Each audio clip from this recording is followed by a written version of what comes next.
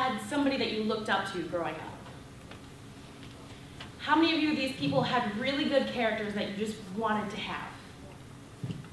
How many of you had somebody who wasn't always necessarily the best that you looked up to? How many of you were these people actually Bible characters? No hands. It's actually not uncommon for us to not think of Bible characters when we think of role models. However, if you think a little harder about it, you're actually talking about some of the characteristics that they displayed. You see, when I was going through my storytelling presentation history, I thought I picked the most boring genre in the list of storytelling.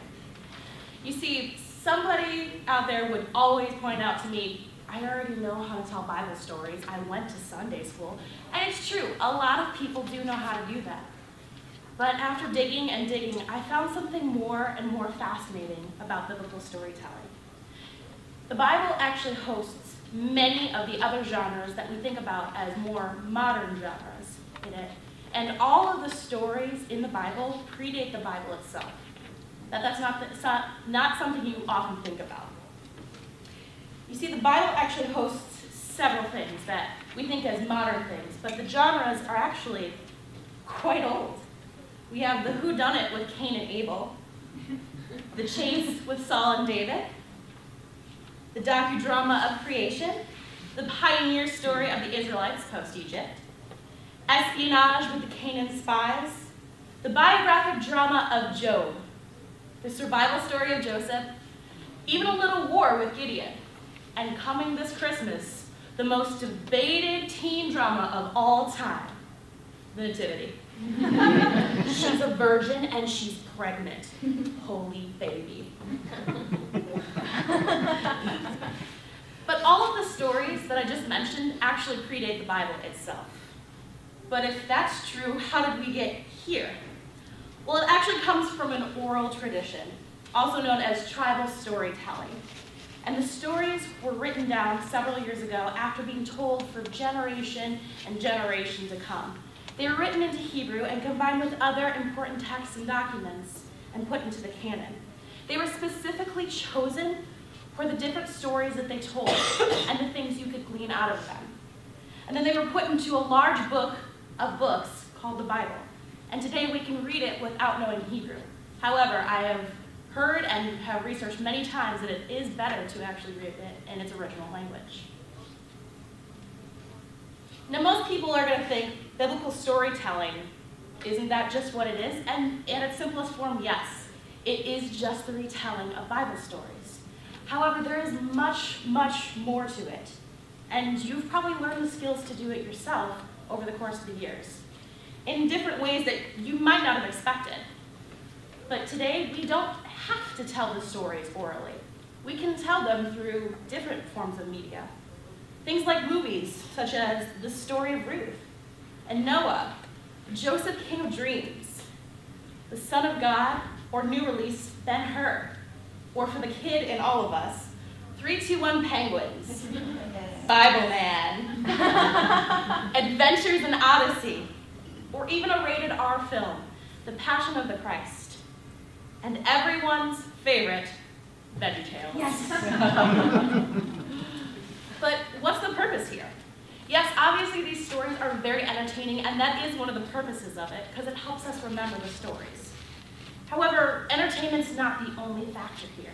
It's to learn the characteristics that we see and what's expected of us as Christians, but also as fellow human beings.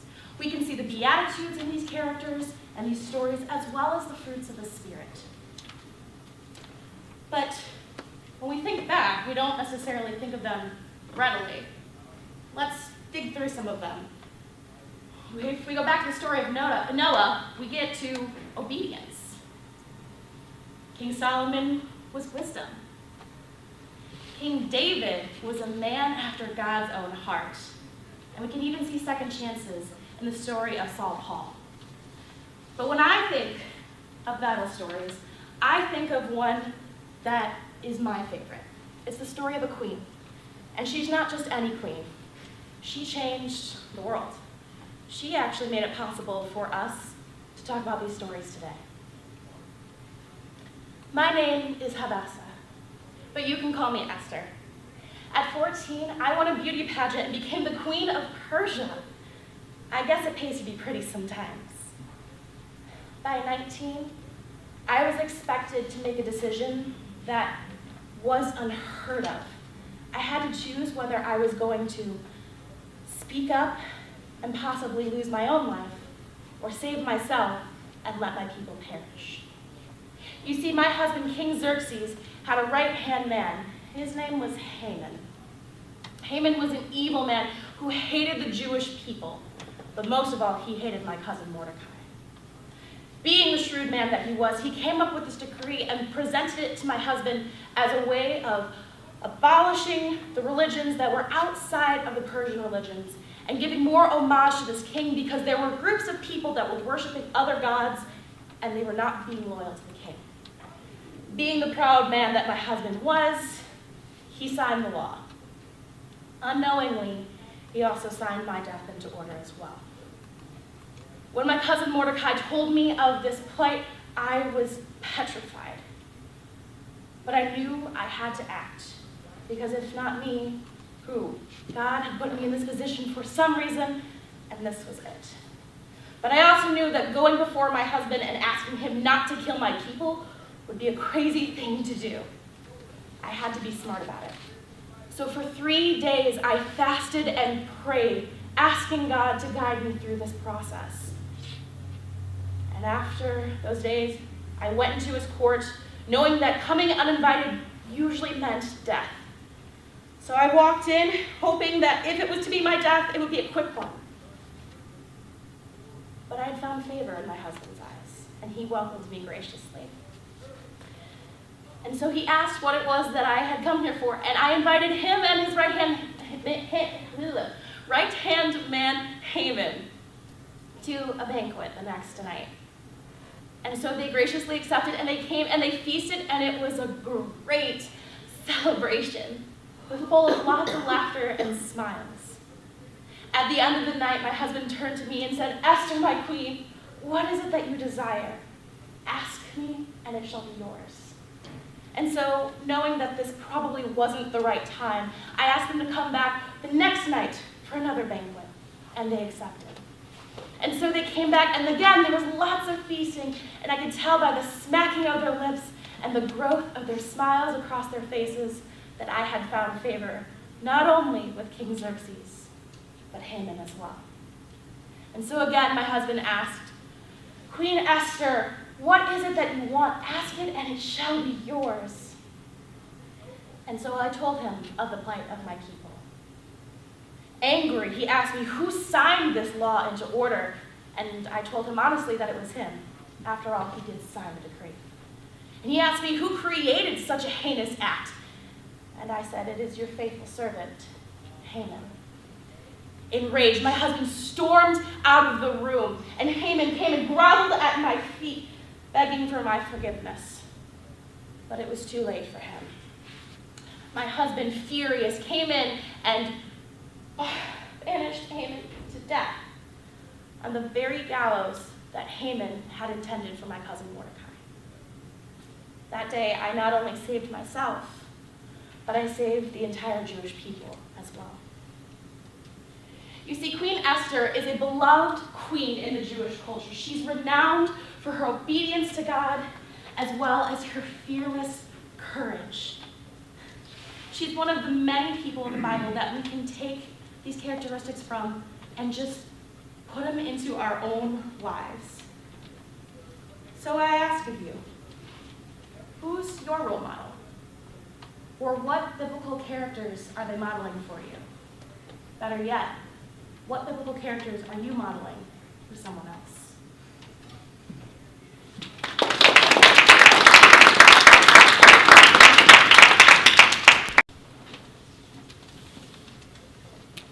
Yes. Can you answer that question you asked of them? Who's your biblical role model? I actually have two. Esther is one of my greatest, and then it is also Ruth. I find them incredible women of the faith, and honestly, at some point, I'd really like to write a book about what I learned from both of them. It's not really related, but are you I'm not. I actually don't like what the feminist movement has become, to be quite honest.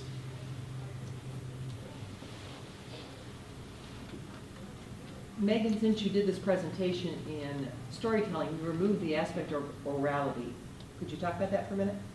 Of orality? Yeah, so oral culture is people would get together and gather around campfires usually and talk about the different stories and tell them. It was done for generations going back as far as we can remember, all the way up even until modern times. That's something we do quite often around campfires at camps and different things like that. But it's a huge part of our culture that often gets overlooked. And we hear these stories as we go, but they've been written down actually relatively recently in comparison to the grand scheme of history.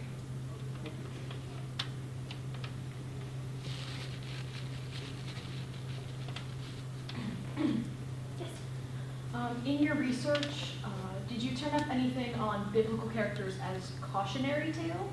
I did. Not, when I say that they're characteristics we can glean from, it doesn't necessarily mean they're always good characteristics. That's why I asked in the beginning if there were some that weren't necessarily so great. There are some things that we definitely don't want to do. Like Jonah, we do not want to run away from what God has to tell us.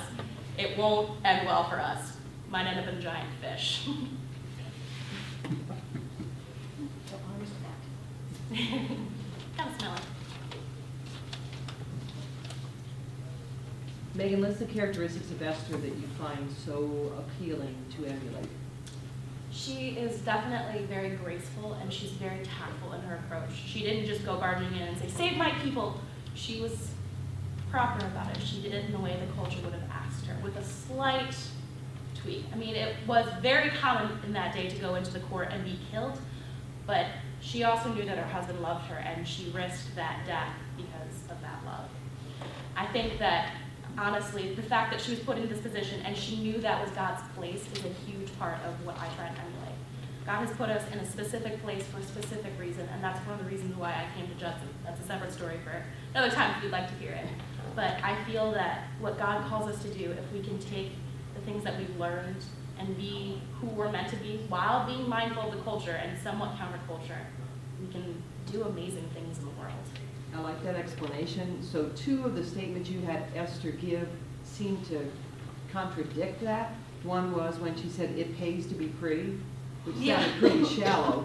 And then, "I saved my people," which is different from what you just said. So if you were going to massage that, how could you change those two statements? The pays to be pretty is kind of a cultural thing. Back then they were looking really a lot for the outward beauty, but the king fell in love with her heart as well. So I think that also I would definitely include that in there, as well as in that I would just change it to, in that day I was able to save my people through God, because it was all God's design. And it was Queen Esther that did the physical saving of them, but it was God that worked through her. Thank you. Is there a scripture verse that says that he loved her? There's not a specific one, but a lot of the different studies and different depictions have said that he really did care about her a lot. Because And marriage was very different then, and he did Right. choose her out of a lineup. So our Right. our idea, of Western marriage is Right. different even even to this day in other cultures, and so that's why it's interesting right. to think about that it was a love relationship when the fact that she thought he might kill her if she walked Right. in the door was kind of interesting. Absolutely. And I did like that you gave the age, and obviously you consulted, biblical commentaries and that type of thing, because I don't know that I realized she was that young. Yeah, and that's part of the reason why I really like her story is I'm 19, and that's A lot. astounding to me. I have a hard time figuring out taxes, let alone how to save an entire people. I don't know, that's about the same. Good, thank you, Megan. Oh, shit. Oh, sorry, we're at 5 minutes, so we got 4 people to speak. That's okay. Okay. And once again, let us remind you, just because Q&A ends,